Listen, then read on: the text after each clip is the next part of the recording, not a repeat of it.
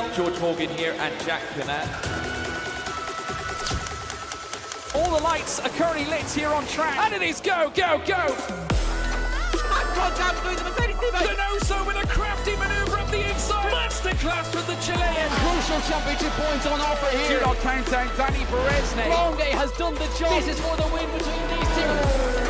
Freddie Rasmussen wins the United States Grand Prix. Alfie Butcher wins for the first time ever. Lucas Blakely takes the championship. It's Barry Foreman. Jarno Opmeer is your champion.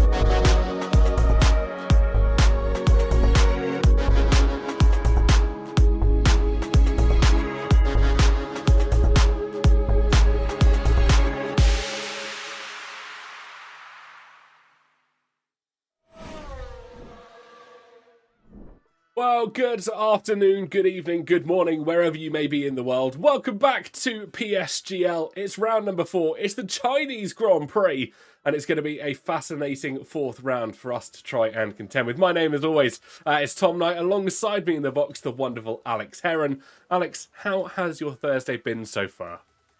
Been fantastic, TK. Thank you very much for that intro. And we are, of course, back for some more PSGL action. It is a Thursday. This is the only place you want to be right now. And it is with us as we go on to our 4th round here in Shanghai, China. It is a fantastic circuit. Of course, in real life, the last win for Michael Schumacher. Very interesting fact for you, straight out of the blue. But who is leading our World Championship, TK, here in F2 this season? Let's go over to the championship standings. As you can see, it is Jan Halliday who is standing on top on 32 points. From King Gordondorp on 23, Luca Rapace on 23, and then Leo Lund on 17. There is a gap forming up there, TK, but Jan has done fantastically well so far. Certainly is indeed. It's going to be one to see how our drivers try and negotiate with everything going on at the moment. It's always going to be a tough one to try and kind of hold off that competitive nature. I mean, everything else at the moment, you've got to try and really push for your bottom dollar to try and get those crucial points, especially when they really matter in the latter stages of the season.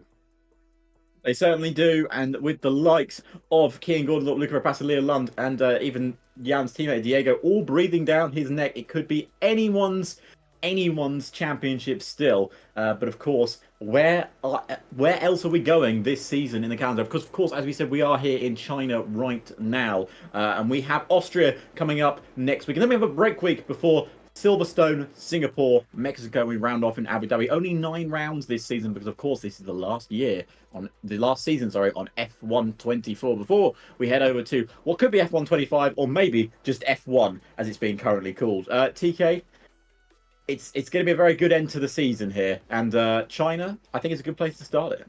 I think China's a fantastic place to at least kick off the mid-season. We've got 2 more rounds until we hit that infamous break week for F1 sim racing that will be happening, of course, on the 27th of March. Some of the fastest guys in the F1 game taking part over in Sweden. That'll be a fantastic event to watch, especially as they come to the conclusion of their own season.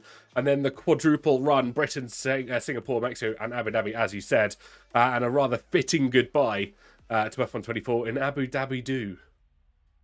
So on the 24th, interestingly enough, I've just seen. Well, there you go. Conspiracy is there already. Something important to that? F1 24, the 24th? I'll take your word for it. No, it's F1 24 on the 24th. I'll still take your word for it. Last race was... Am I... Never mind, carry on. Alex is losing his marbles back at home, but we won't worry too much about that at the moment. On your screens, the last race results, of course, penalties coming in thick and fast. As, of course, Race Imtiaz got a penalty that pushed him further back behind Jan Halliday. That caused the Aston Martin driver to take the win overall. Race will have to settle for P2. Luca Rapace and Diego Zorzo rounding out 3rd and 4th, respectively. Gordondorp, Dortenzio, top 8, Marples and Koija as your top 10. And then very quickly, before we get going in towards the official round of qualifying. This is how the placements look. This is how all your teams look. You know the drill by now. We're 4 rounds in. And quickly to the track map here, Alex. Shanghai in China. What a round this is going to be. It certainly is. 16 turns, 3.3 miles, of course. 2 major DRS zones down the main straight and down the very long back straight between turns 13 and, of course, the hairpin at turn 14. And the cars are already on track here, TK. They've all come out rather quickly to get on this Shanghai circuit. Of course, we're currently on 2cam plus game, the best footage of all time here in PSGL. TK, Shanghai, very different type of circuit that we saw last time out in Spa-Francorchamps. Of course, a very new circuit to the calendar in terms of, you know, history and in terms of running. Only started running here back, I believe, in 2005 or 6. And it's a circuit that some people love, some people hate, and some people find it right down the middle. What is your thoughts on this circuit? And do you think we're going to get some good racing here this afternoon? Unfortunately, I'm in that second bank of groups that you kind of raised there. I'm not a massive fan of Shanghai. I enjoy the racing generally when it happens. I mean, you've got a massively long straight into essentially a zero-stop hairpin, which always causes a bit of carnage, but in terms of general racing, I'm not a massive fan of the snail. Through the second sector, nothing really happens, and you can't really set anything up in towards the third sector as well. You always have to rely on that elongated right-hander to send it down the back straight, and we see that quite a few time after time. So I'm not a massive fan, but alas, I do quite often enjoy the racing, so I'm kind of in a middle bank camp. Yeah, I am also possibly in the middle camp bank as well. I mean, personally, I enjoy racing this circuit. It's never something I've seen, it never had brilliant commentary aspects to it because it's a very, very technical circuit and pit stops can be very important around here. And as you said, the long straights are where you're going to gain your time. I mean, that long back straight, it's of course a helmet tilker circuit. It's going to have long back straights in it. And of course, the snail into turn 1, which we've seen before. Kian Gordendorp is on his opening lap here and is setting some decent times through the first 2 sectors. Of course, they will both be purple because he is the first person on track as Kian Gordendorp is going through this right-hander now. And you can see the lack of grip on this circuit is also incredible. I believe this is a not a very grippy track at all. It's always not been very grippy, but in the most recent iterations of the F1 game, it's become less and less grippy. It really has. It's caused a few chaos and a few conundrums, especially when it comes to engineering drivers. This level of competition, quite often they get stumped as they don't necessarily know which way to go in terms of setup. I think a lot of it will rely on driver input, but first time across the board comes from Kian Gordendorp. Next across the line, Daniel just couldn't quite pip him. Neither could Tope. And that is going to be Angelo D'Ortenzio, who does manage to pip him out. A 1:29.217, about 0.008 of a second quicker than Kian went on his first attempt. Jan Halliday up to P4 with Luca Rapassa in fourth, with Jan Halliday in third. Riccardo Benzoni stealing away fourth place with Leo Lund, Tope, Race Imtiaz, Sergio Sobrino, and Keanu Lutart in the top 10. Marples will have to settle for P11, and Daniel in the Kick Sauber being slowest of the grid so far. A lot of drivers I saw that lap TK did not manage to set a lap time because they invalidated, usually around the final corner, because Liam Stevens and Gabriel Quintino have got invalidated laps on this lap, which means they must have invalidated final corner because they would have got this lap and the previous lap invalidated, which is unfortunate because that means they've got to basically have 2 laps of not being able to set a lap time. And as this track, well, the track will get grippier, as we've seen. But right now, Angelo D'Ortenzio, 29.2, sits top of the timesheet. We've seen this before from Angelo. Hopefully he can keep this up, because a lot of the time, he seems to qualify maybe 5th, maybe 6th. Not really around that pole position time, but he's looking good so far. Certainly is indeed. Coming out the pit lane, Diego Zorzo and Danny Van Ruijten as well. Just a question mark above the heads of Rishan Jacobs. He's serving a qualifying ban out here this afternoon. I believe Harvey Cohen might be as well, which could explain why the TS and RHG driver respectively are both sat in the pit lane at the moment with very little movement to their names. As the first few runners of this afternoon's endeavours all pile back in towards the pit lane. You can see that on the track map at the bottom right hand side of your screen. And yeah, we've got two drivers out, essentially going to go for lap after lap. Diego Zorzo and Danny Van Ruyten. Nelson Alves has decided to join them considerably further back in the order at present. Harvey Cohen has come out, so maybe he was just waiting for a little bit of track evolution before starting his run, but I can confirm Rishan Jacobs will certainly not be making his way out the pit lane here this afternoon. Interestingly, Harvey Cohen's come out on a set of medium tyres. And as you mentioned as well, TK, Nelson Alves and Danny Van Ruyten have both come out. Well, let's say they're not come out at the same time as the rest of the pack. So they're going opposite in terms of their lap time strategy. Of course, there is no slipstream because we are ghosted. We will have that mandatory lobby restart. Hopefully, by the time we get to next year's game, that will be a thing of the past. But at the moment, it is still unfortunately necessary. But Danny has got the entire track to himself, TK. Do you want to take us through a lap of the Shanghai International Circuit? Well, here we go, approaching turn number one. Lots of cars about to peel out of the pit lane, which in real life would explain something you've got to try and avoid rather actively. Here, you can just go through them, and you have the benefit of the doubt all the way to the inside line through the pit straight.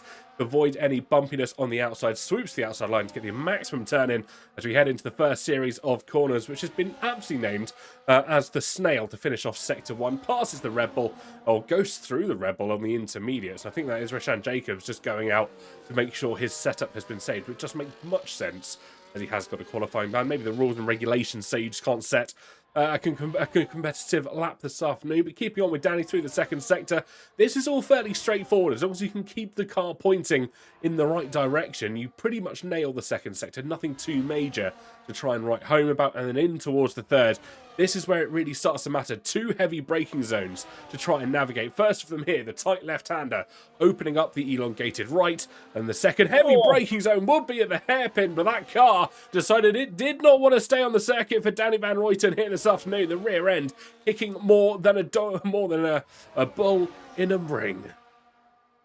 Yeah, and that is where the issue comes, because you need that. You need the straight line speed, but you also need the downforce, because these corners do not have the grip you tyres will need, and they will overheat as well. This circuit is no overheating. You can see, I imagine you saw it on the back of Diego Zora's camera there, and I was on board with Danny. He just absolutely struggled for any form of grip. Here comes Diego Zora to set a flying lap time, goes 6 fastest, 29.4, but it is not a good lap for Danny, and he'll be ruining that chance to not set his first competitive lap time. In the meantime, Nelson Alves invalidates final corner. He did a 29.520, which would have put him P8 or P9, no, P9 on the grid. So again, another driver failing to set a valid lap time. What I'm really trying to keep an eye on here is Harvey Cohen in towards the final corner, or the penultimate corner, should I say, the hairpin on the medium tyres. Obviously not looking to make the greatest of expectations and maybe just announcing that he's wanting some more. But he is going to set a valid lap time nonetheless. It won't be within the top 14. He does indeed go 15th there with a 1:31.9. But I'm keeping an eye on everybody else as they come up towards the line. Alves, as you said, invalidated on the final corner. Stevens making his way through the second sector. And we've got Gabriel Quintino as well, just making his way out of the first. So we'll keep an eye on Liam Stevens, one of the 3 drivers out at the moment, yet to set a lap time here, Alex.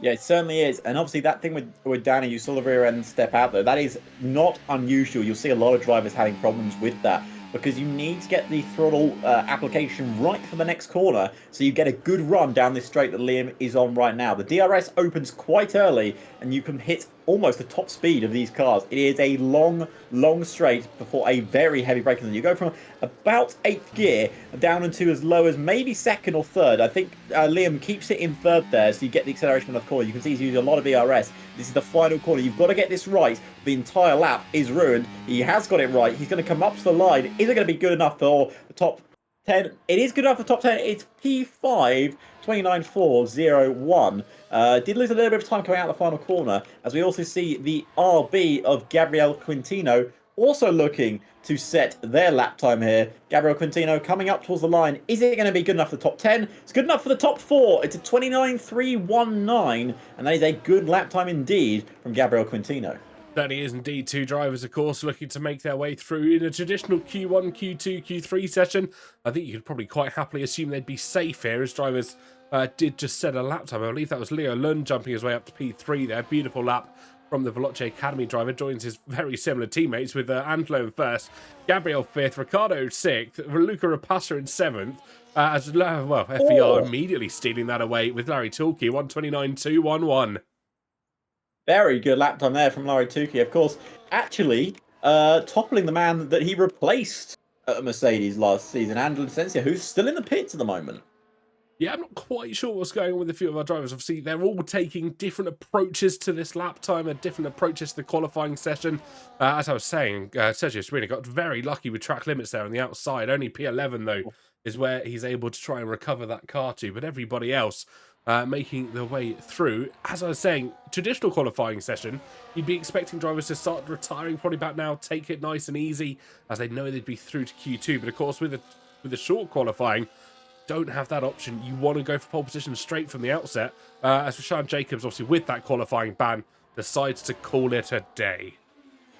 Danny Van Bruggen has now started their lap, and hopefully they may be able to set a competitive one here. Of course, they are currently sitting last on the grid. At the moment, they'll qualify behind Rashaan Jacobs, who didn't even take part in qualifying. I imagine that is not going to be the case because he will probably set a lap time on the board. Going through this, as you mentioned, slightly tricky middle sector before going into the third sector. Now, these are the corners that matter, the heavy braking zones that really matter. Now, this is where he lost the rear end before. Will he manage to keep it going? And he certainly does this occasion. Maybe he takes a little bit less than he would have liked there in terms of power, but gets the power on now, going down at the back straight. Jan, who's our championship leader, goes on to provisional pole, 29.191. Very good lap time indeed from the TES driver in the Aston Martin. But can Danny here set an even better lap time, going into the hairpin there, really twisting that wheel into the corner, making sure those tyres are nice and warm and rotate properly. One final corner to go for the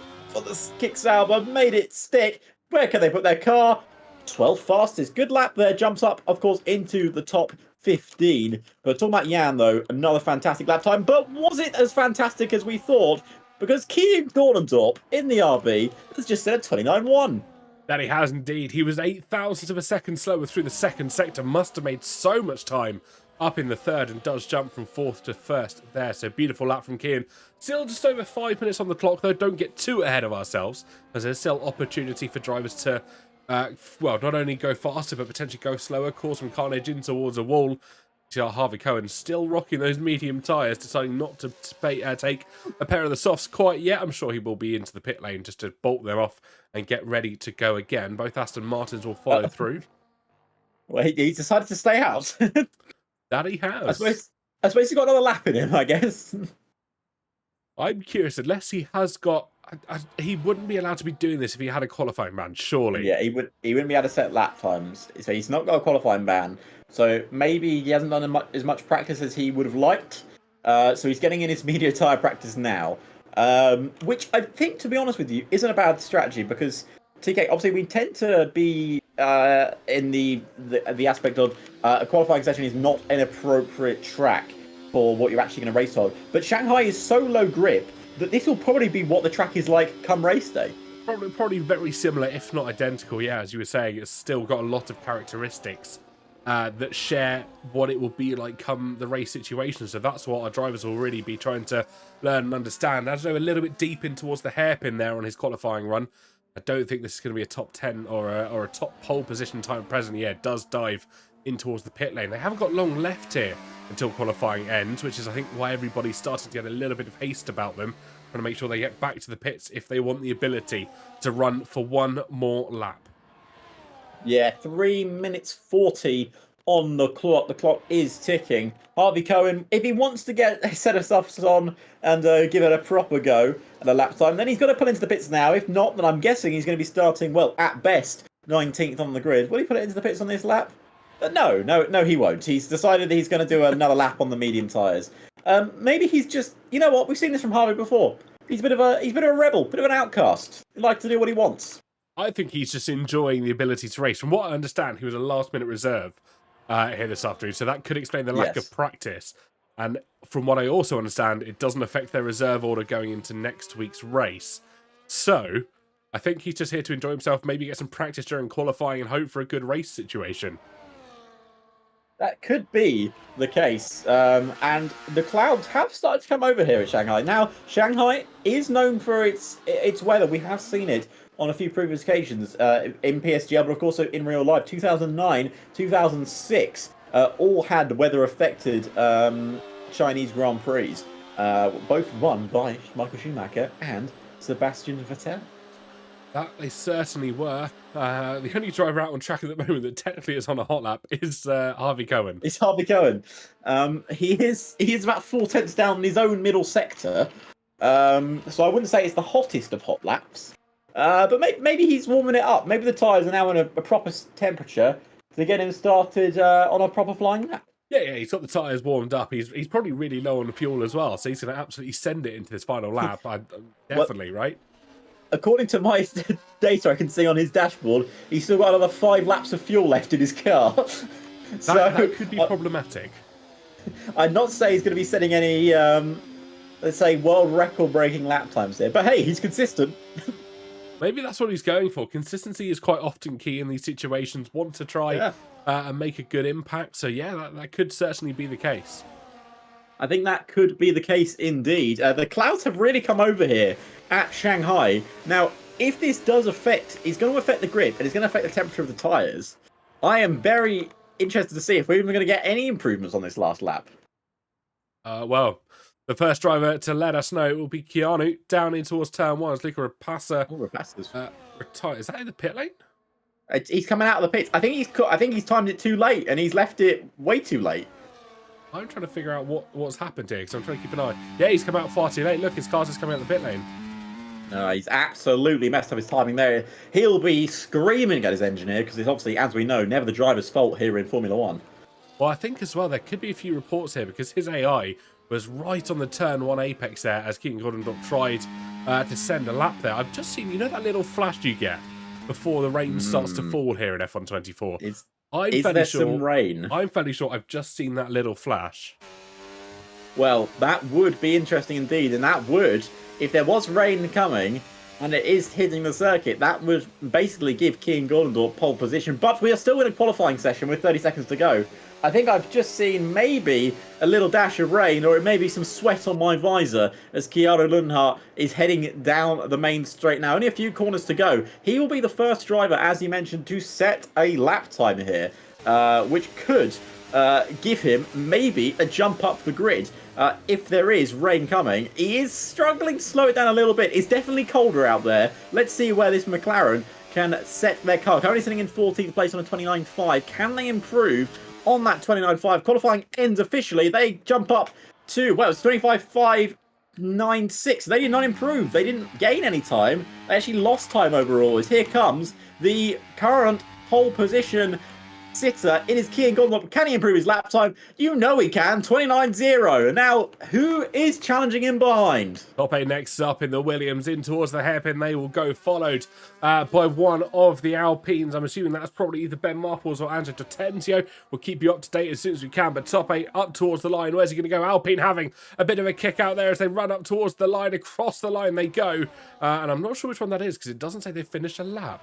It was Marples. Ben Marples crossed the line, only went 17th fastest. Top 8 only goes 2nd fastest. Liam Stevens getting himself through the traffic. He's trying to improve as well. We're keeping an eye on the other runners. Larry Tukey does not improve. Liam Stevens to the line, goes 6th fastest, but can't get anywhere near that top 3. The McLaren, Ricardo Benzoni can't go in faster. Can Yan take pole position here at China? He cannot. He's only 2nd on the grid, which means it's only Angelo D'Asensio that can deny Kean Gordondorp pole position here this afternoon. Here comes the Alpine to the line, and he's only 2nd on the grid.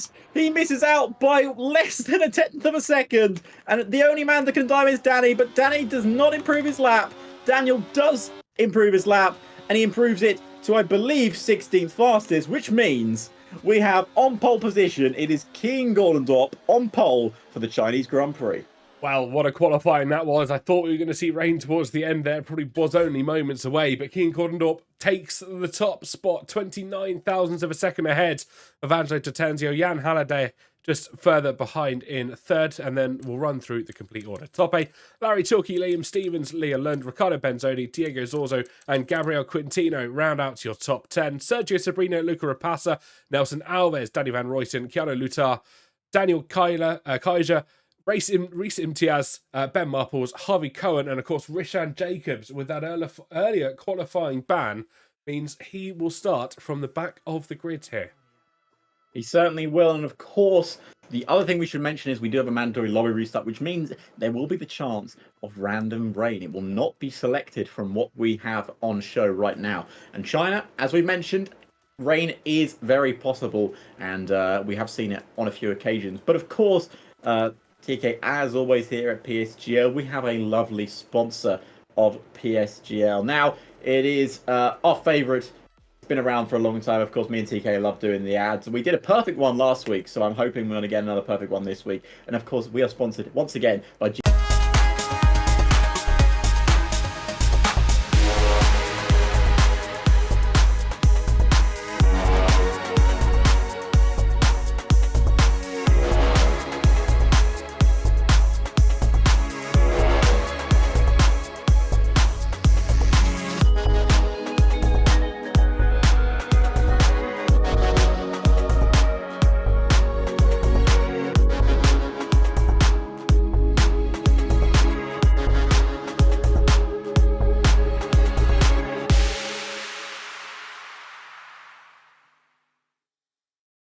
Well, GT Omega,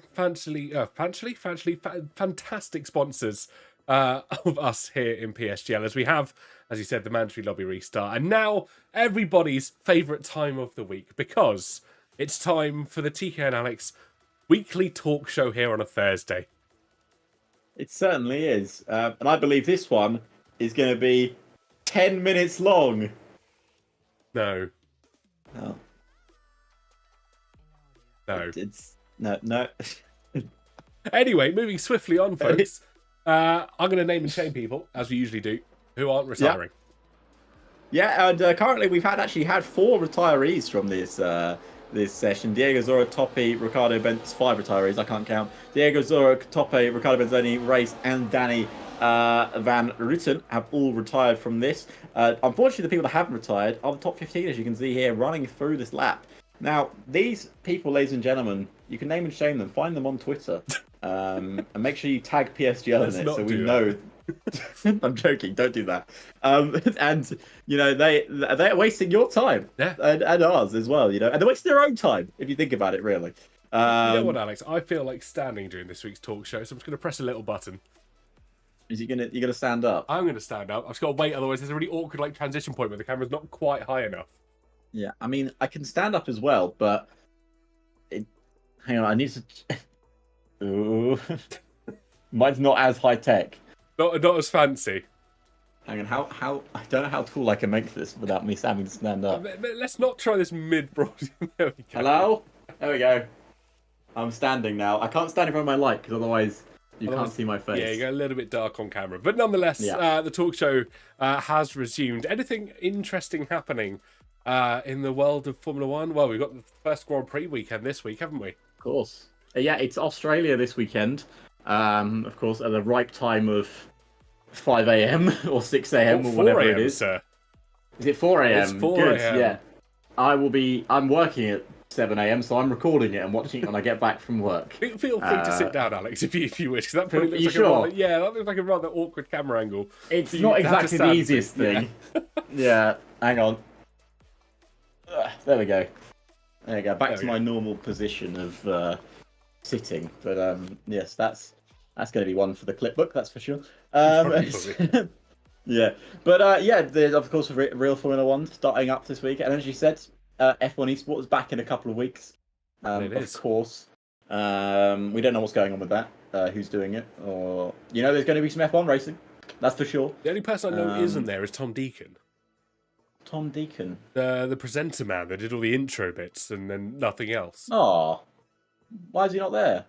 I believe he's in China, but the Chinese Grand Prix. You know what?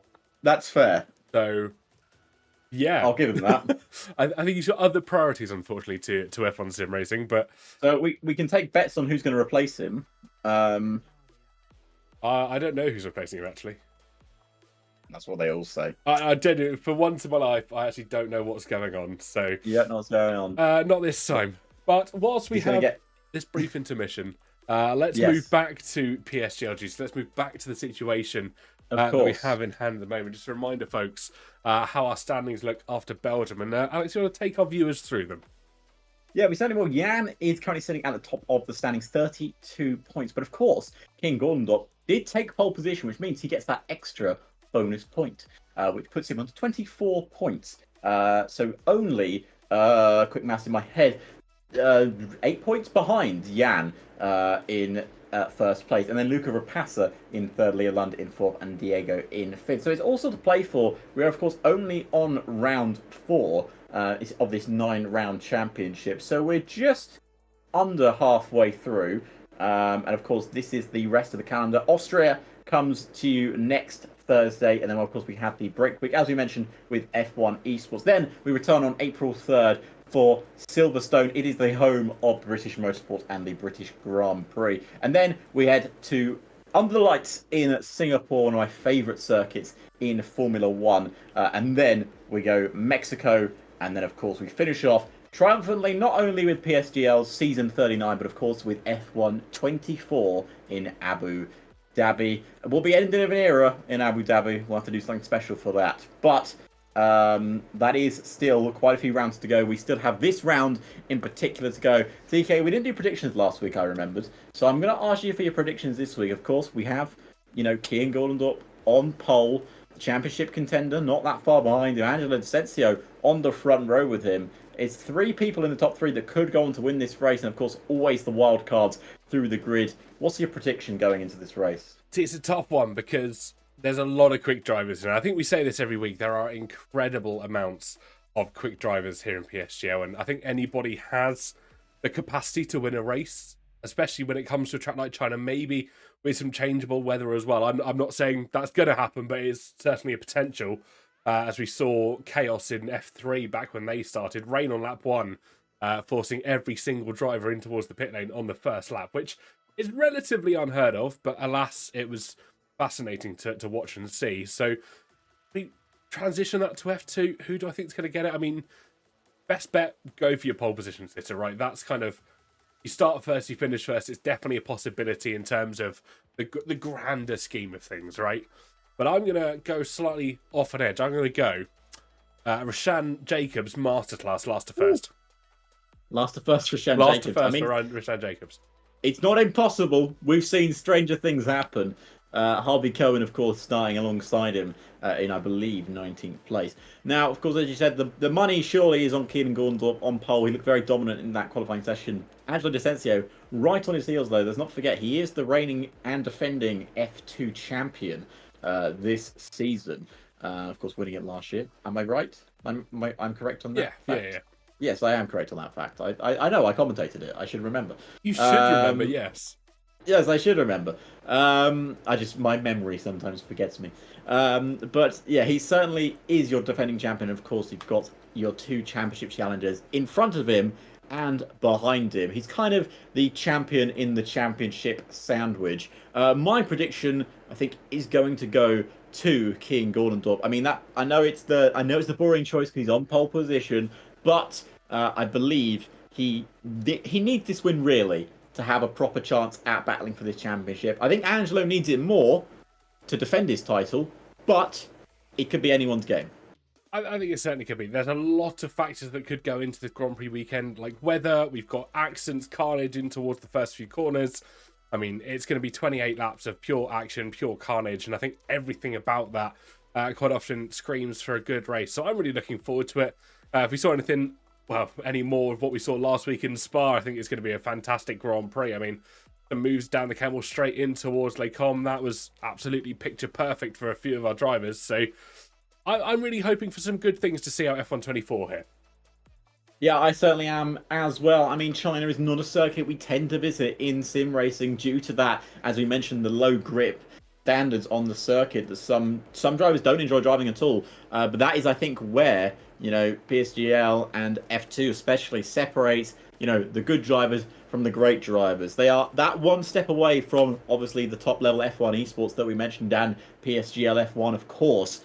But This is where they need to prove to us and prove to you guys at home and prove to obviously the teams watching that they can do it at the highest level. And they've been doing it so far. We're going to find out if they can do it again here in China. We're about to get started, ladies and gentlemen, with round 4. So make sure you are glued to your screen with super glue because you don't want to miss this one. But TK, take us through the track map very quickly before we get started with the Chinese Grand Prix. Yeah, just a reminder, 3.3 miles, 16 turns here in Shanghai, China, and just 2 DRS zones for our drivers to navigate. Of course, that long back straight down in towards turn 14, then once again in towards turn number 1. That second helping of DRS. It's technical, but it's also fast, and it's a real you've got to find a real balance of those two factors if you want to succeed here in Shanghai. We'll go back here briefly, just as all our drivers load in. It looks dry on the circuit, which is the most important factor, and then everybody else is moments away from going racing here, Alex. Yep, dry weather by the looks of it. The fans are watching on. No, I can't see any wet tyres being rolled in the pit lane. So I'm going to guess at the moment it is a dry running for the Chinese Grand Prix. I will just quickly check our F2 chat to make sure to see if we are getting any rain. Of course, any engineers in chat, do let us know if there is any planned rain, because we love to know about the information. Of course, it's a fantastic circuit in terms of facilities. You can see that giant building there just in front. I'm now doing the architecture review of the Shanghai circuit. But here we go. The lights are on. They're coming on, ladies and gentlemen. The lights are on.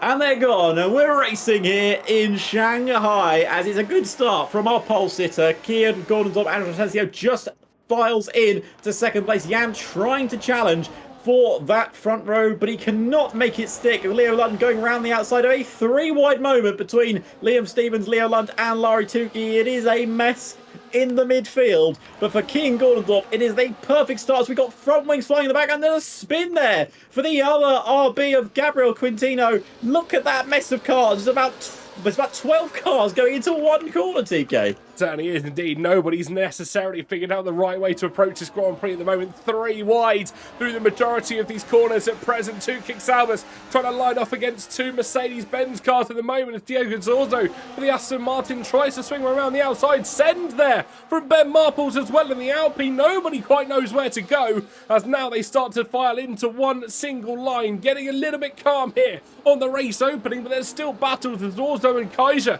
still going wheel to wheel as we head out through the elongated right-hander, not giving as much space as they would have liked. A little kick from the Kick-Sauber, and the Aston Martin has to back off in this occasion. DRS will open at the end of this lap, of course. And it looks like it's hard tyres for the entire field at the moment. Everyone is going for that long, hard strategy. And we see a move there. Nelson Alves trying to get a triple overtake done. And he may have just squeezed his way past into 11th place past Daniel. But Daniel has squeezed his way past. Now Diego Zora gets past him as well. Maybe Nelson Alves was a little bit ambitious there. He stuck himself in 13th place. But Kian Gordon-Top still leads from Angelo Sensio, Jan, top 8, Leo Lund, Riccardo Benzoni, Liam Stevens, Larry Tukey, Luca Rapassa, and Daniel in your top 10. Gabriel Quintino already in the pit, as I mentioned, front wing damage on that opening lap, and he is retired as well. Yeah, fairly unexpected when you get caught up in an instant like that. You just want to let the whole world swallow you up, and unfortunately Quintino will see no further part in this race as we're already on lap 2 of the proceedings. Alves further back, looks close to Diego Zorzo as our front runners still remaining very close to one another. Gordon-Top still leads with Dortenzio and Halliday just further behind them respectively, but nobody's really ready to make moves. Richard Jacobs getting another position as he storms past Sergio Sabrino for P17 on track. The Red Bull looking feisty in the opening couple of stages of this Grand Prix. The last to first potential is still there, but keep an eye on Daniel here as he's over 1 second back from his teammate Danny Van Ruyten. That could break the DRS if he doesn't get a shift on, and that could leave his half of the pack rather stranded. And that is not what you want, especially on a circuit like China where DRS and slipstream is so important. He's already dropped out of that DRS range. He's used all his DRS on his opening lap. I'm looking at that DRS battery. He's got none left whatsoever. He is not going to be getting that advantage of DRS, but a big mistake there from the Kick-Sauber in front of Daniel. His teammate Danny, rear end loss. did not help him at all. But the Kick Saubers kind of out of the loop here, as everyone is setting a new fastest lap time behind the previous person. Luca Rapassa in 9th is the fastest man on track, but he's also in 9th place, which means he's the 9th fastest man on track. Certainly is indeed, getting caught in those DRS trains, the slipstream trains, which we quite often see on this circuit. Nobody wants to be leading, but Gordon Dock did well to defend in towards turn 14, but I have a feeling should that opportunity come around again in the future, he won't want to be in the same situation that he found himself in just moments ago. As we see Larry Tulke here under pressure from his teammate Luca Rapassa, making their way through the second sector at present. That gap between Danny and Daniel at 10th and 11th on track respectively continues to grow larger. 1.6 seconds at the moment, well and truly out of DRS range. And anybody in that bottom 9 at present could be in real danger of falling away from this main pack. Yeah, and that seems to be the case at the moment. And with dry skies above and no sign of a safety car at the moment, 3 laps in, that could be a real game changer for the top 11 behind, because they will not be able to catch those front 10. But right now, it is King Goldrop who leads. But I think Angelo Decencio is going to have something to say about that. With DRS now properly enabled, he's going to go around the outside, and it's going to be an easy pass for King Goldendorp. Sorry, for Angelo Decencio past King Goldendorp as he moves himself up into the lead of the race. We've got a big battle in behind for 13th, 14th, 15th and 11th and 12th between Diego Zora, who is now 1.8 seconds off the front of the top 10, and that is bad news for our lower down pack. But Angelo Decencio is now defending from King Goldendorp. That's going to be a lot of DRS switching, I imagine, we're going to see this afternoon. Certainly will be indeed. We've seen it time and time again. Drivers just want to use that DRS to their advantage, try and switch with the driver in second and or third if they want to get involved as well. But when the pack is so large like we're seeing at the moment, all the way down to 10th place, that could cause some real issues with the DRS switching, especially as we head into the pit stops. The undercut, overcut could be very powerful, but also the potential there for chaos in the pits. Yeah, and that is going to be very interesting indeed, because they're all on the same strategy, they're all on the same hard tyres, which means double stacking could be very interesting indeed, but we are a long way from a pit stop phase. I imagine the strategy is going to be hard medium, and with the fact that we do not see I don't see a single cloud in the sky, TK, I do not imagine the heavens will open and we will get any form of rain this afternoon. No rain expected, at least at the moment here in China. Nelson Alves running some front wing damage there, front left end plate missing on the Williams. Sat behind Diego Zorzo at the moment, of course, the driver that is trying to bridge the gap between themselves and Danny Van Ruyten, keeping an eye on the race lead though, as Angelo Decencio tries to swing one down the inside as King Gordon retains the lead here. Decencio trying to defend from Jan Halliday without that DRS, of course, became a bit of a threat. The Alpine manages to hold off the Aston for now, as Liam Stevens and Luca Rapassa have a very similar battle down at turn 14. But at present, nobody really starting to lose out here, and it looks like Diego Zorzo is trying to pull his way within that top 10, but at the moment, looking rather unsuccessful.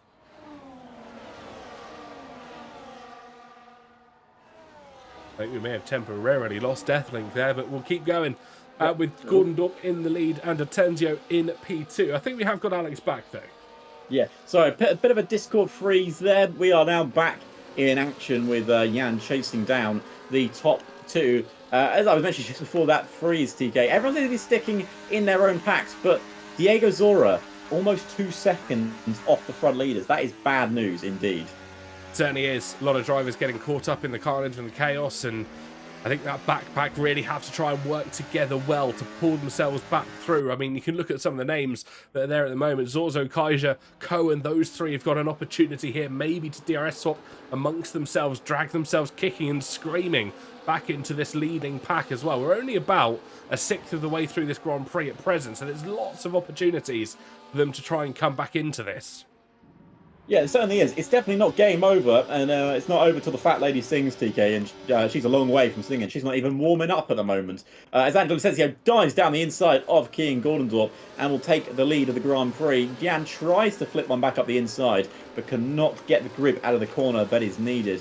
See another set of moves changing in the background. Harvey Cohen goes wheel to wheel with Daniel. The first challenge is on the cards, TK, but he's a long way from that first place right now. All it takes is one safety car, and he's well and truly back in that fight, going last to first. I mean, they're up, what, 6 positions respectively for the both of them in 6 laps.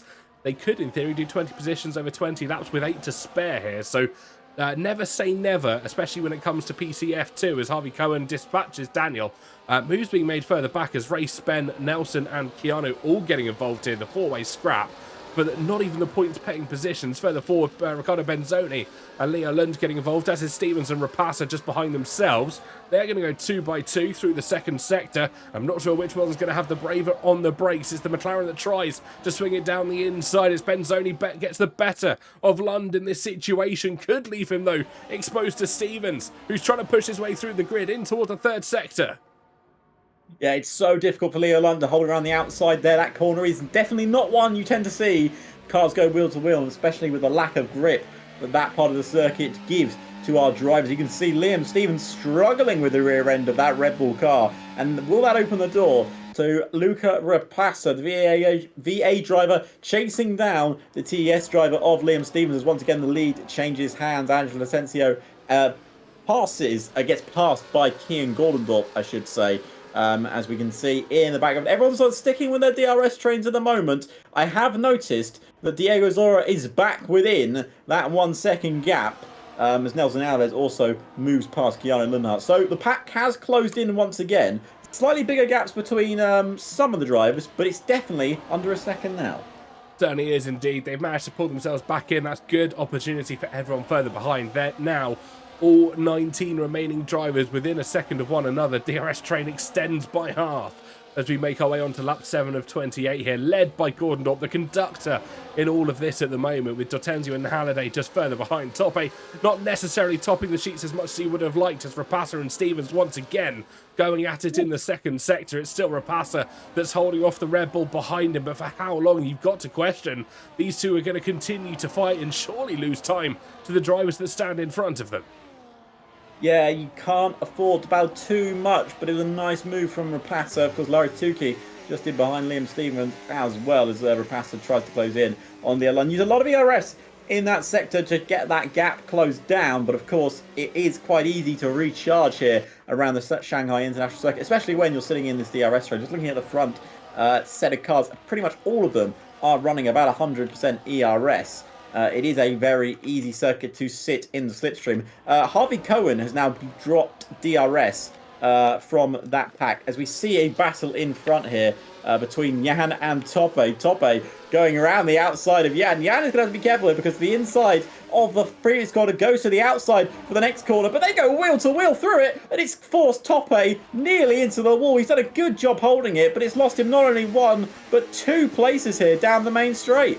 Certainly has. He tried to hold off from Leo Lund there, didn't necessarily have that straight line speed. The counter steer really cost him in terms of ability to get the straight line speed going out of the final corner, but he's lucky that he maintained where he stands at the moment. P6 isn't too bad.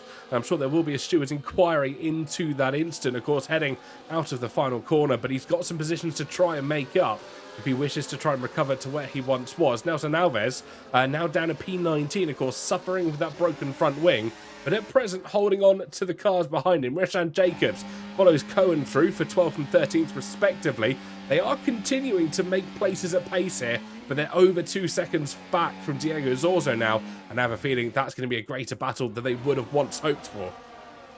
Yeah, it's quite incredible how much he dropped off, considering they were right nip and tuck together. Diego Zora might have put the burners on and just decided, we're going to lose this pack if I don't try and catch up. And well, he's certainly caught up. He's just behind the likes of Danny Van Rooten there in 10th place. So just side of the top 10. Angelo Asensio still leads here in this Grand Prix, as he's going to pull to the right-hand side to allow King Gordon to make the move. Is Jan going to think about it as well? It'll be a late lunge for Jan if he does go for it, but he's decided he's going to stick behind. I think this race, TK, is getting one in the pit stops, as we see another move there from Ben Marples, trying to make the move on Daniel, but it's cost him quite big there, TK. It's just a loss of rear end grip there going through the hairpin. Yeah, it was a rear lock up there, I believe, for the Alpine. Maybe a day late and $1 short on the attempt to send one down the inside, as we see Rapasa trying to swoop around the outside there of Toppe trying to hold the position, but unfortunately becomes a victim to Leo Lund, who's just acting as a blocker in this situation. Will not let that Mercedes car through as the Williams just holds on for P6, but Rapasa well and truly in his mirrors. Lap 9 of 28 as the Williams once again holds a very defensive inside line, doesn't want to give an inch of space to Luca Rapasa that stands in behind him, and that's a very defensive mindset that Tope has on, at least this early on in the Grand Prix. Yeah, certainly does. And of course, Tope will want to try and climb back through the grid. Obviously, when he goes to battle with Jan, even though likelihood, well, obviously we're not stewards, we never would want to have the role of a steward, but I imagine they are not going to want to be, well, they're not going to be that favourable with the Aston Martin next time they come up against them. Certainly not. I think they'll give them either too much room or too little room. Quite often, mini incidents like that will circumvent themselves into bigger accidents, bigger crashes, just because driver mentality gets affected by those little bumps, the little hits. As we see here, Keaton Gordon could be swallowed up by Andre Dortenzia, potentially Jan Halliday as well, who tries to move around the outside, hasn't been left enough room, almost forced onto the grass there as Keaton Gordon holds on to P2 for now. I think we could have seen Jan trying to move down the inside in towards the final corner, but thinks better of it after what happened this time last lap. Yeah, did not want to make the same mistake. We have not seen any moves into the snail as of yet. It is called the snail not only because it looks like a snail, but it is taken a little bit at a snail's pace. Well, snail's pace for an F1 car, let's say. I think if any snail moves as fast as one of these things, they would be a blur to the human eye. As Tope tries desperately to defend against Luca Rapasa, but Rapasa has finally made that stick. Just viewing on boards there from Liam Stevens. Proper good battle this between the Williams and the Mercedes. Tope will not give up this position, but Rapasa will not give up the fight. They still go wheel to wheel, but Tope closes the door enough to force Luca Rapasa into a little bit more braking, or does he? Because Rapasa tries to force him around the outside, can't make it stick, which allows Luca Rapasa to, well, hopefully stay in 7th for now. Tope does a good job of staying in 6th place. But it is still anyone's game here in the top 6, with only 10 laps down of this 28-lap Grand Prix.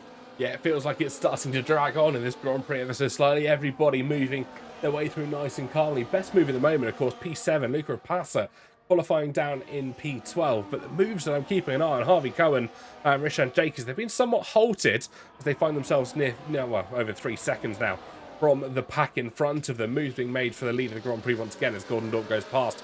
Dortenzio Jan tries to stay in behind at the moment, but I think unless we see a safety car here, this could be as much progress as Cohen and Jacobs are going to make in this Grand Prix. Yeah, I think your last to first challenge, DK, has unfortunately come to blows already. But you never know, it may still change around. Safety cars can be possible, and we have seen them here in PSGL. Of course, red flags are not on, so do not be expecting any sort of red flag to appear. We are on lap 11 of 28. The pit stop phase, I believe, will be around lap 15-16 for a set of medium tyres. But the way around here is quite bad, so they may stick it out even longer than we expect. It'll be interesting to see what the undercut is like around here. It is a long circuit. It does take a while to get these tyres warmed up. What are you expecting to see in terms of pit stop, TK, when we get there to that phase? It's definitely going to be a hard medium sort of situation. Softs don't run well round of China. They don't necessarily have the distance to be able to go. They don't have the endurance to be able to last until the end of the race. But mediums will last, as you said, probably from 16 onwards. Do they go for the overcut? Do they go for the undercut? We know powerful undercuts have been not only at this circuit, but on F1 24 in general as well. So I think if you're a betting man, you go for that undercut. Do you try and protect the overcut and have the better tyres at the end? But there's not really much benefit on F1 24 at the moment. Yeah, the newer tyres do not seem to give you any major benefit over the older tyres. Especially since we've seen how powerful the hards are, as Leo Lund is actually looking for a move on Riccardo Benzoni here, the Ferrari. Thinking about a little move on Riccardo Benzoni, maybe just making sure Riccardo knows that Leo is in his rear view mirrors still. He has been there for about 11 laps, but maybe he'd forgotten. So he thought he might just give him a little bit of a show there. As you can see, they're pulling over to the right-hand side, trying to break the slipstream effect, maybe avoiding any bumps that appear on the left-hand side of the road. As here comes Luca Rapasa once again. He's actually made that move stick on Tope now. Is he going to make the move stick on Leo Lund as well? Round the outside, just coming on the exit of the stair. It's a move we don't tend to see, but when it's pulled off magnificently. And will it be pulled off again here? Luca Rapasa down the inside on another car as well. He sent it on Riccardo Benzoni. I don't think Benzoni was expecting that from Rapasa. And he's made 2 moves here. Leo Lund tried to go back on him. He couldn't make it stick. We've got a move for Larry Tukey. It's being overtaken by Danny Van Rooten for 9th place. And it's a brilliant move from the Kick Sauber. But look at Rapace. He's made 2 moves in the space of a few corners. Where's that come from? No idea. The pace looks rather strong for himself. Maybe just took the opportunistic approach. Drivers were sat quite happy in the DRS trains. They took the opportunity, saw a move down the inside, open up at the opening of the corner and just sent it down the inside. Hoped and prayed that he got the car stopped. And that was a beautiful set of overtakes in not only 1, but 2 corners. Certainly was, and now he's sitting in the slipstream of the front 4. He's closing in on that pat. Leo Lund, on the other hand, will not be happy with what he's seen, losing those 2 places. Tope, on the other hand, just sent it down the inside. That was definitely, a very optimistic move from Tope. He hasn't made it work. I think he's got away with no damage to himself. Hopefully he's not given Leo Lund any damage. I believe Tope may be a little bit seeing the red mist here. He's still going to go around the outside of the Ferrari. It's not been a good afternoon for the Williams driver, and he's going to be run out of road very shortly by the Ferrari, but he is going to have the inside line for the next corner because, of course, the inside turns to the outside, and he's not going to look good for Leo Lund, but now he's got the inside line back, and Tope is forced to the outside. He will try and challenge the Ferrari, but he's just losing more and more time. It's just a little bit of frustration coming out from the Williams here. I think it certainly could be, trying to regain as many positions as he could, of course. Thought about a move on Leo Lund. Leo Lund with an excellent defensive performance there, just held the position as much as he wanted to, controlled the corner in many aspects, and that's what's allowed the Ferrari and Veloce Academy driver to hold P6 at the moment. Jan Halliday looking so close on the rear of Kian Gordendorp. Every time they get to the back straight, he just sits there. He recharges the battery about halfway down the straight. You can hear the gear change he does to enable the battery to go back into recharge mode. He'll burn here as he's fully recharged, but I don't think he's going to go for the overtake. He'll wait for Gordendorp to go onto Tenzio. Then he's going to happily sit in behind, recharge the battery, listen for the gear change, unless he's going for it. He goes for it on this occasion to the inside, 3 wide. Surely that doesn't equate well in towards a hairpin corner. The Aston Martin trying to follow their way through the outside line, lent itself to Kian Gordendorp. The inside will now tend itself, but Anthony Tenzio comes out on top on all 3 of them and retains the lead of this Grand Prix for now. He certainly does, but it's cost Kian Gordendorp massively because he's fallen down to 5th. Rapace has taken advantage. Riccardo Benzoni's taken advantage. Jan's little bit of an attempt of a 3-wide moment has cost everyone quite big there. And Jan is getting into the walls with everyone he can this afternoon. Tope, now Kian Gordendorp. There's going to be a few stewards' inquiries after this race, I'm sure. But right now, it is Angelo who still leads from Jan, now Riccardo Benzoni and Luca Rapace in 4th. Kian Gordendorp down in 5th. It has not been a good lap for Mr. Gordendorp, our pole sitter. That he hasn't been at all. Would have been wanting it to go slightly a different way. Rapace there, of course, up, 9 positions from P12 at the moment, 8 positions from P12, makes his way up to P4 at present with Benzoni, Halliday and Tenzio in front of him. We're approaching that halfway mark. We'll cross it as we cross the timing beam next time around. So we'll start to see those pit stops coming into fruition, especially in the middle stage of this Grand Prix. Stevens and Van Ruyten having a good fight through the penultimate, or the elongated right hand of the Red Bull coming out on top. But with the extra long straight ahead of our drivers, who knows what we're about to see in towards the hairpin curve here. And it could be anyone's overtake. Jan is closing, he's closing rapidly, but he doesn't make the move. Is anyone behind going to make the move? Leo goes around the outside for some interesting reason there. He's going to cost him big because Tope has now made that move stick on him, or has he, because they go wheel to wheel. Is anyone going to be diving into the pits? Yes! We do have a pit diver. It's Tope, because of course we hadn't mentioned that Harvey Cohen, Rishan Jacobs and Sergio Sabrina would all come into the pits for medium tyres. Now some of the front runners are coming in. Liam Stevens and Tope are. Is this going to trigger some of the front runners to maybe think about that pit stop? We are heading to when I said we may see the pit stop phase happen. It'd be interesting to see where the likes of Rishan Jacobs, Harvey Cohen come out compared to these front runners, and it's going to be close. It's going to be incredibly close for all of our drivers. Who knows which way it's going to go. And we'll keep an eye on Rishan Jacobs, everybody else making their way through. Oh, I thought you said something there, Alex. Yeah, I did. Harvey Cohen's in front of them. Ah, so he is. He's in front of Tope, Liam Stevens and Diego Zora. Harvey Cohen and Rishan Jacobs have both jumped them in the pit lane. Well, that's not what they'd like to see, especially when we came to this sort of Grand Prix effect. They are 13 seconds off the back, of course, but there's still opportunities for our drivers to try and make their way through here this afternoon. It certainly is. I'm quite surprised they jumped them, considering there was quite the gap between the field. And I mean, Tope was with that front pack as well. I don't think he was like further back. He was right up with that top half. We'll be keeping an eye on that pack and keeping an eye on what our leaders do now, because they will be looking at where that is, where that undercut has happened, and it may cause some eyebrows to be raised for the engineers. Are we going to see any of these front runners come into the pits? And you know what, TK? We are exactly seeing that, because all of the front runners, bar everyone's in. Everyone is in apart from Daniel, who's stayed out, and Race has stayed out. And of course, Larry Tukey leads the Grand Prix, has not pitted here. They are scared of this undercut, which has proven to be quite mighty this afternoon. Certainly has. I'm keeping an eye on Roshan Jacobs here as he makes his way around the final corner. I think he's going to come out ahead of pretty much most of them again here. Look at the pace they have down the start-finish straight. The Aston Martin pulls out in front, but there we go. Gets past the majority of our drivers here. They certainly do. And Liam Stevens and Harvey Cohen are battling alongside Tope, but Roshan Jacobs still leads this Grand Prix. Harvey Cohen battling with Liam Stevens, who was one of the front runners this afternoon.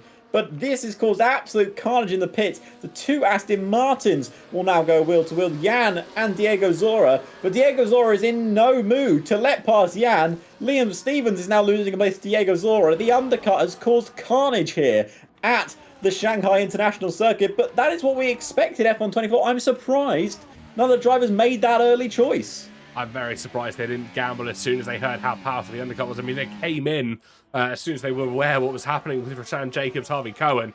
But last to first is well and truly on for Roshan Jacobs here. Of course, it'll have the older tyre, and that's worth bearing in mind that he will still have that disadvantage.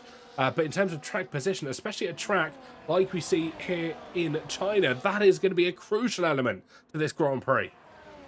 Certainly is. Tope closing in on Roshan Jacobs here. Will he go for the move? He certainly will. He's not waiting about it. Or will he? Because he's gone down the inside, but he hasn't fully committed to the move. Liam Stevens, on the other hand, has committed to the move on Harvey Cohen. He makes it stick. Nelson Alves now has decided to carry on. He's not gone into the pits. The rest of the drivers are in. They're going to come out quite a bit behind our new front runners, which will be Roshan Jacobs sitting in second place. Roshan Jacobs, let's not forget, had a qualifying ban going into this Grand Prix. It's Diego Zora now trying to go around the outside of Liam Stevens. And you know what? He may make it stick, because he can now have the inside line, but it will turn to the outside line. He needs to be careful and cautious. Jan in 7th place will make it past Harvey Cohen. Diego Zora dives it down the inside because he switched it to the inside, which has now become the outside line. This corner seems to be changing every single time we go into one.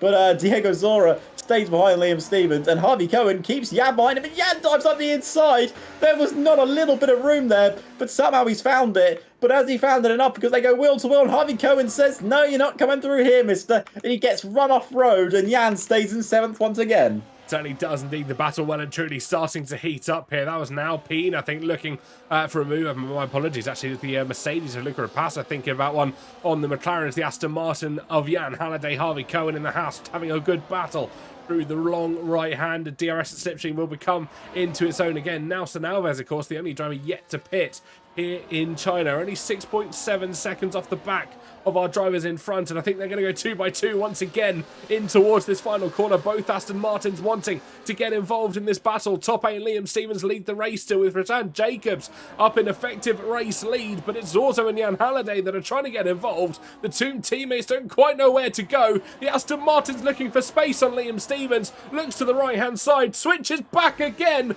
as both Red Bull cars now getting involved through turn 1 and 2. The other Aston Martin of Jan Halliday trying to go round the outside. There's inter-teammate battles all over this race circuit. It's TS, FVR, and it's Aston Martin, Red Bull. And we have seen these teams come to blows a few times before in the past. Oh, it's down the inside. It's causing carnage there. As Stevens trying to get Tope. It is 2 by 2 by 2. The top 6 all they had all their sister cars together and very close together as there goes Diego Zora on Rishan Jacobs. He's dived round the outside of the Red Bull, but the Red Bull driver says, I'm going to keep this position. He gets run out of road. Does Diego Zora. Kian Gordendorp has got himself a 3-second time penalty. He has had a tremendous downfall, sitting in 13th right now. What has happened in this Grand Prix, TK? It's been all over the case. Not sure how it's going. Of course, our pole sitter with that penalty as well. Really not going to be liking the situation that comes to him. Alves being reeled in by the drivers that stand behind him. Under 4 seconds now between the two Williams drivers that stand further back. Stevens and Zorzo, Jacobs and Halliday as your top 6 here. There's carnage in towards the hairpin once again as everybody tries to get their braking points right. Tulki, the second driver to pick up a 3-second penalty here this afternoon. Alves still not driving in towards the pit lane. I wonder if we're going to see some tactical action to help his Williams teammate out as he drops back towards the rest of the pack here. Stevens still on the hunt for top 8. Yeah, it is turned into a very topsy-turvy Grand Prix here. I am interested to see that Nelson Alves has not made this pit stop yet. He is still out. Safety car? He's banging on a safety car. Or is he playing the ultimate team game here, TK? Maybe he could be playing the ultimate team game. Speaking of team games, like the Mercedes haven't got the picture as Rapasa and Tuki battling as hard as they can in the second sector. Tuki loses out. He spins on the curbing there, and that's actually allowed Gordon to try and go through. And Larry Tuki has also caused a little bit of an incident on himself, almost losing his rear end of his car, but he's got it back underway now.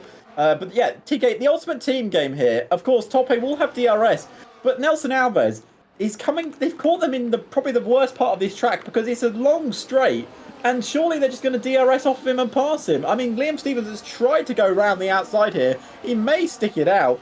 They go wheel to wheel. Here comes Tope now. He's going to close it on his teammate. His teammate's going to have to do a hell of a lot of work because it's a DRS straight, and surely they don't have the tyres to battle. There goes Nelson Alves, pulls to the right-hand side.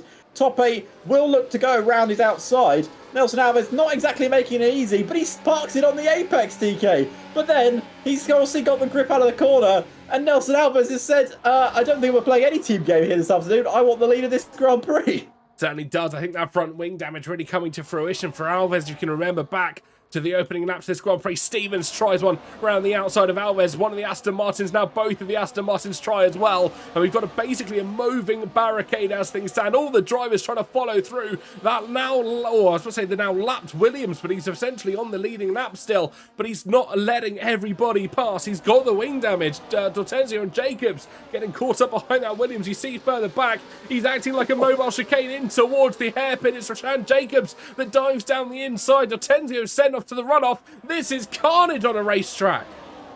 It's like having a lapped car without having a lapped car. Nelson Alves has taken out Larry Tukey, and they fire across the circuit.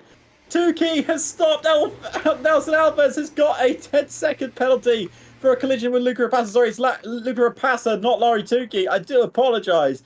Luca Rapasa miles off the circuit here. And is that caused by Nelson or by Luca Rapasa? That is one for the stewards to do. Race has got a 10-second penalty for ignoring a yellow flag.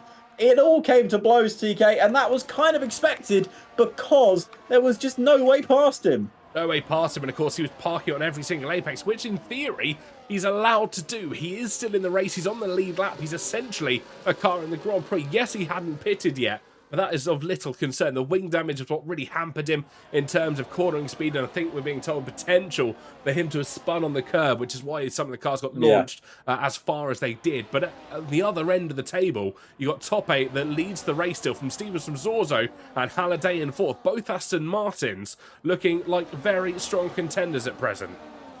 And something we did not mention is that Angelo D'Asensio did cause himself a big problem. He has got front wing damage. He is coming into the pit and he has retired from the Grand Prix with Luca Rapasa. Our champion, Angelo D'Asensio, a man chasing a second F2 championship, has retired here in China. Not the story that he would have liked to leave or left here on this Chinese racetrack. 3 drivers all retiring in the pit lane at the same time. Alves, Rapasa and D'Ortenzio, of course, all caused by that earlier spin by Alves, which is rather unfortunate for themselves. Top 8 still leads, though, from Stevens from Zorzo, Halliday, Benzoni, Lund, Reuten, Jacobs, Gondorp and Tulki as your top 10 at present. And everybody else filing their way through. Yellow flag still in the first sector. That will be Alves' car just getting cleared up and away. And this is so... I have no words to describe the race scenes we are seeing here tonight. I wouldn't have expected Alves to battle as much as he would have done. I appreciate he was banking for that safety car, but he went so long. Diego Zora, sorry to interrupt, goes round the outside of not only one but maybe two cars there. He sent him so deep round the corner. He made it into second place. I do apologise for interrupting there, TK, but that was an outrageous dive.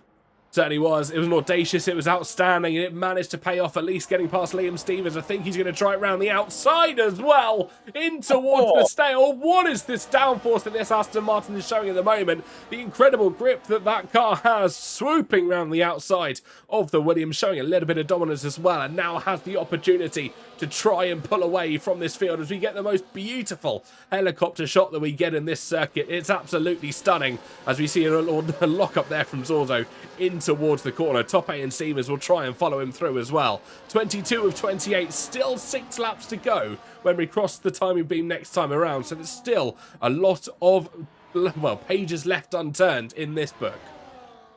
Diego Zora has come to play this afternoon. Maybe someone that flew a little bit under the radar, but look at the gap he's pulled on top, 8/10 of a second, TK. I don't think it's going to be quite enough to break DRS, although it's incredibly close. I think as we go through the marker, it's 9.5 tenths, so it was close, but not quite close enough. He'll have the advantage. Tope will be able to reel himself back in, but then if the gap remains higher than it was, effectively in towards turn number 1, I think Zorzo could break DRS by himself here. The question is, how much battery has he got to be able to try and do it again? And look how quickly he closed in. That gap evaporated down the back straight. Diego Zora will now need to do what he did in that first lap in this sector. He is clearly running a lot of downforce on that Aston Martin. He is basically paying the price for not having any straight line speed, which could cost him in the end. But if Tope can do what he did on the previous lap, he won't need straight line speed because he would have broken DRS. As Leo Lund, Riccardo Benzoni, where's he come from? As he tries to make his way into third place, he's gone round the outside of 1, 2, maybe 3 cars here. Can he get Liam Stevens? He can't on this occasion. He may dive it down the inside. He may think not against, he may think against it, but no, of course he doesn't. It's Riccardo Benzoni, and he puts himself maybe into third place. Stevens has the grip out of the corner, but he hasn't got enough, as Jan is also battling with Leo Lund. It is chaos and carnage here at the Shanghai International Circuit. It is still anyone's race here on lap 23. Certainly is. Nobody knows which way this race is going to go. Everybody down to P13, still within DRS range. I mean, our top 2, don't forget Diego Zorzo and Tope, they are on the same age tyres here, some of the oldest on the field, if you exclude the likes of Rashan Jacobs and I believe Harvey Cohen. Of course, they pitted 2 laps earlier than everybody else, but Zorzo and Tope both on 8 laps. Riccardo Benzoni actually has a lap fresher tyre, so this will be interesting to see how it pays off for the guys that went for the overcut. I thought he pulled a second, but it had just hit the second before they'd gone through the zone. So Tope still had DRS, but Diego Zora is working well here on this higher downforce setup. Leo Lund is going to go around the outside of Liam Stevens, and he's now into 4th place. Sergio Sabrino up into 12th, very far off the circuit there actually. As here comes Larry Tukey making that recovery drive, trying to get past Rishan Jacobs as Danny has also come out of nowhere here in the Kick Sauber, found himself in 5th place here, as Rishan Jacobs and Laurie Tukey are properly going for it wheel to wheel, and they've caused themselves a little bit of issues now because they are properly wheel to wheel and they are dropping out of that DRS range. And yes, they have a cracking battle, but it's costing not only them, but the cars behind them as well. Certainly is. Over 1 second. I think I saw at the last time of asking, they're teetering over that 1 second mark. The Red Bull rather now over 1.2 seconds behind Jan Halliday for P7. That is out of DRS range. They've got a couple of corners to try and make it back up. Tope is still 8.7 tenths, now 9 tenths. Is he going to break a 1 second mark to Diego Zorzo in front? I think Zorzo doesn't quite have it on this occasion, but the Aston Martin's been so close for the last 3 laps at breaking DRS, which would be absolutely critical as we head into the final few laps of this Grand Prix. If he can pull out that 9/10 gap every single lap, he may have enough to hold off the charging cars. This was what he was hoping for, praying for, that he could get this gap on the cars. But Tope has still got that advantage. I think he's letting Zoro know that he could make it if he wanted to, but he's at the moment proving that he's just sticking behind him. We have got 4 laps to go.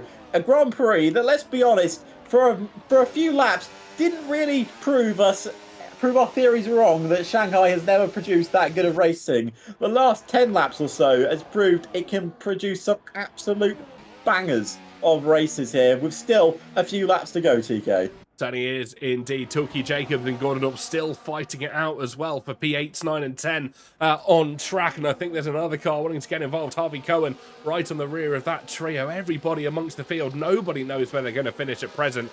As you can see, Gordon Dorp 2 seconds back from Liam Stevens. So they're out of DRS range and just fighting amongst themselves. That is what cost them in the last couple of laps. The V-carb will drop considerably back as Tilke gets past Gordon Dorp now. Of course, the deficit that they find themselves in will be slightly unrecoverable with just 3.5 laps of racing to go here in Shanghai. So we focus our attention up to the top 7. Let's see who's going to finish on that podium. It's going to be Zorzo, Tope, Benzoni, Lund, Van Ruyten, Halliday and Stevens as your 4 runners at the moment. Zorzo once again breaking close to that 9/10 of a second mark. Quite not enough to be able to disable DRS for Tope, but enough potentially to avoid the cars trying to chase him down in towards turn 14.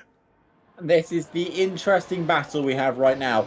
Tope knows he can make that move stick. He thinks he can pull off the Grand Prix victory after what had been quite a tragic Grand Prix up to this point, not by his own making, due to another Aston Martin down in 6th place that caused him a little bit of worry during the final corner. But he has recovered up into 2nd, using that undercut, a very powerful undercut indeed, and has given himself a real shot at winning this Grand Prix. But he needs to make it stick for it to work, but he doesn't want to do that too early. He may have the straight line speed advantage, but he doesn't want to cause any major incidents, as it looks like Van Rotten here is trying to get past Leo Lund for 4th place. He may still be able to get himself on the podium as well. Oh, it's a little bit of a dive there from Riccardo Benzoni, has put Tope way out of order, and it's cost him a little bit more time to Diego Zora. I think it could have done. There's still battles further back as Van Ruyten, Halliday getting involved with Leo Lund as well. Jan Halliday coming out of absolutely nowhere. The battles all amongst this field, all the way up to P2. I don't think it's going to be enough to lose DRS for the rest of this pack, but they continue to fight like absolute lions in this pack. Nobody knows where they want to end up. Nobody wants to lead this pack as well. 9/10 of a second once again. Tope just drags himself back in, holds himself within DRS range.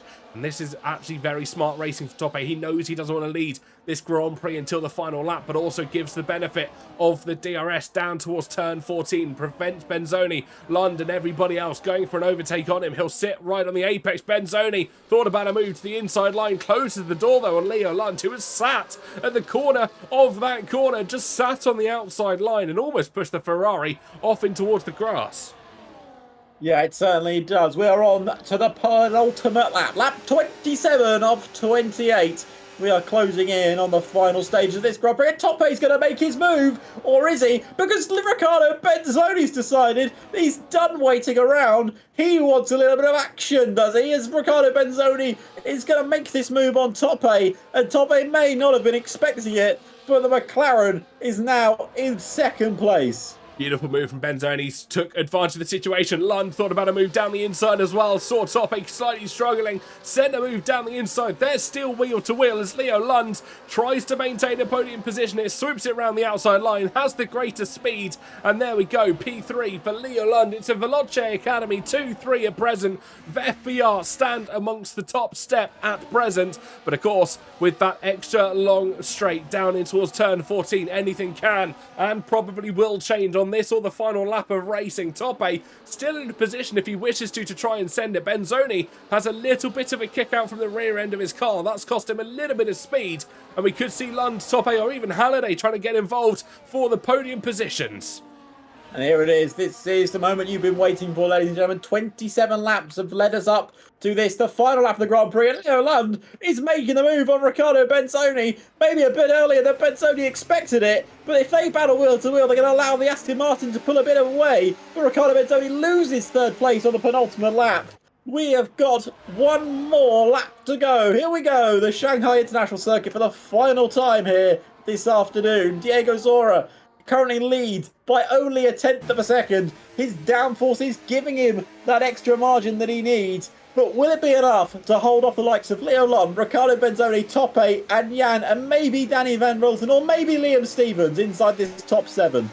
Well, that's the question. Let's see how this race unfolds. 1 out of 3 sectors gone on the final lap of racing. Imtiaz gets back past Ben Marbles for P14, right further down in this train. But Zorzo leads from Lund from Benzoni as your top 3 at the moment. Let's see who's going to want to lead in towards that final corner, in towards turn 14, because I guarantee not a single one of these drivers is going to want to do so. Benzoni has a little overcorrection of the car once again. Tope trying to get himself involved in the mix, but Zorzo's not in any slumber, trying to make it down towards that DRS zone. He doesn't want to let anybody else take control, as Lund still challenges through the elongated right-hander. Final lap of racing here, folks, down towards turn 14.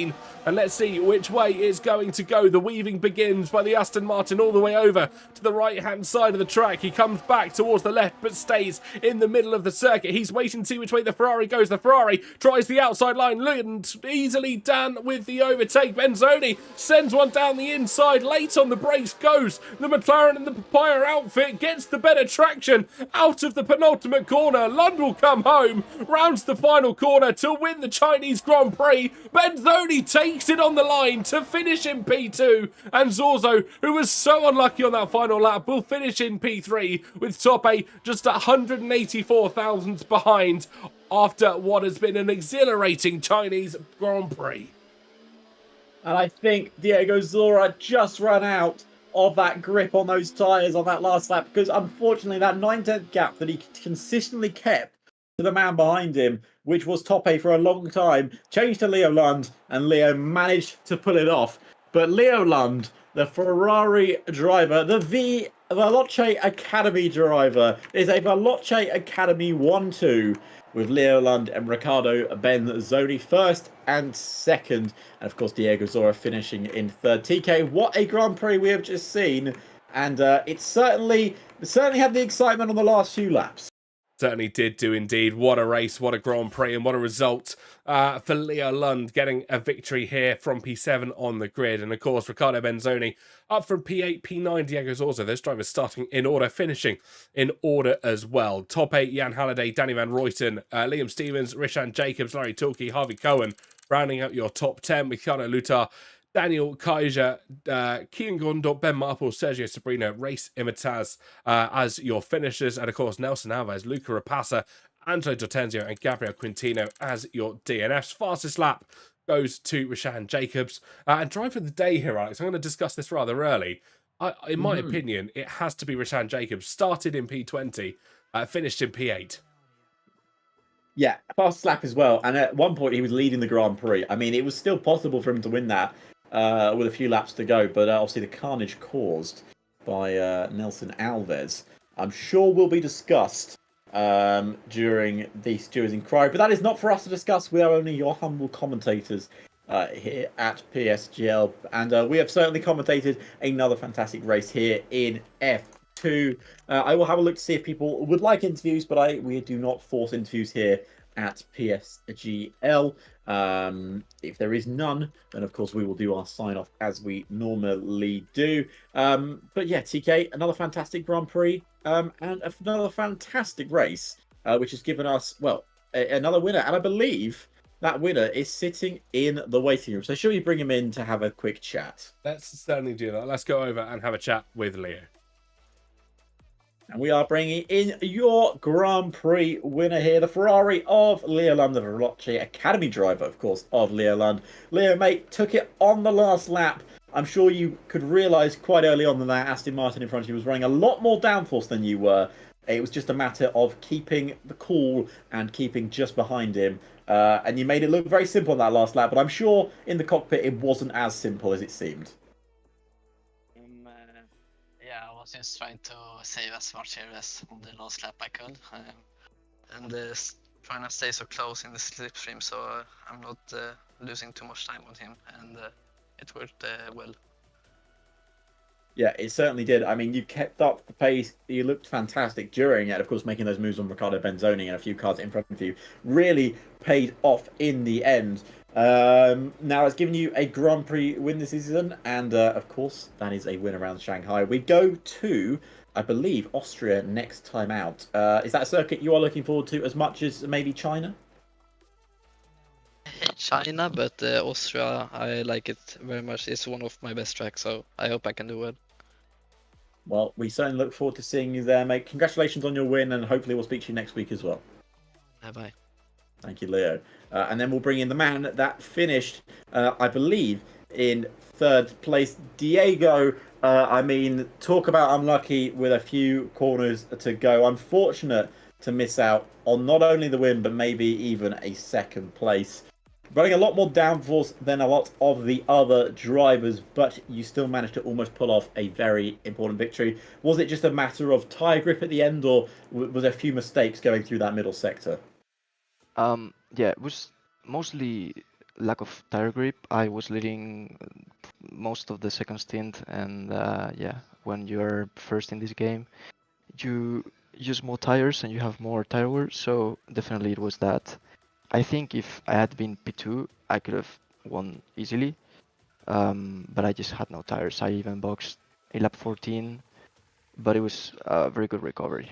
Yeah. Yeah, it certainly was. I mean, that undercut was so powerful. I mean, a lot of people used it, and you use it to great effect. Now, I imagine from just visually, were you running a lot more downforce than other drivers? And what was your strategy behind that? Because it seemed to pay off in the end. I wasn't the fastest in the straight, but I wasn't the fastest in the corners either. Yeah, it was something in between. But yeah, it's been a very good race. I was actually 2 seconds off the train in the first stint, and I had to catch by myself. I didn't even have anyone to swap the RS, so I'm really happy. I'm really happy. The undercut paid off very well. Yeah, I mean, mate, you should be happy. It was a fantastic result. And even though you missed out on the win, or maybe even that second place, I think you can be proud of your third place. We head to, of course, Austria next time out. Is that a circuit you enjoy as well, or is that going to be? It's a very different circuit to, of course, China. Are you expecting the same sort of result, or maybe something different going into that race? Well, last week you asked me the same, and I said China was one of my worst tracks, and here I am. So hopefully it's the same around Austria. I don't think I've done that track a lot, so it will be difficult, but I'll do my best. I'm sure you will, mate. And as I said last week, maybe we'll see you on the podium again. So congratulations on your third place, mate. And hopefully we'll speak to you next week as well. Thank you. Bye-bye. Thank you. Thank you, mate. What a nice chap. What a nice chap, of course. Lovely. Even remember what I said to him last week as well. That he did. Which I had forgotten. So it proves once again that drivers know more than the commentators. But TK, that brings an end to the Chinese Grand Prix and the fourth round here of PSGL season 39. A very interesting Grand Prix that, let's be honest, started off a bit slow but did pick up towards the end. I'm sure there'll be some stewards' inquiries about the Nelson Alves and a few other things, but we will not talk about them anymore here. That is for other people to discuss. But of course, if you want to find out more about how that's gone down and any more PSGL action, you can find us at Premier Sim GL on social media. I'll get that right one day. Of course, we are on YouTube, Instagram, X, TikTok, and Twitch, where you may be watching right now. Of course, you can join our Discord as well, PSGL, of course. And TK, where can people find you if they want to go find you? I'm at everything they call me TK, just with that little tag right below our names there. And you can find me at Deflink10 once again on pretty much any sort of social media if you enjoyed what we did this afternoon. But until then, ladies and gentlemen, we will see you next Thursday at 8 p.m. for more PSGL action at the Austrian Grand Prix. We'll see you then.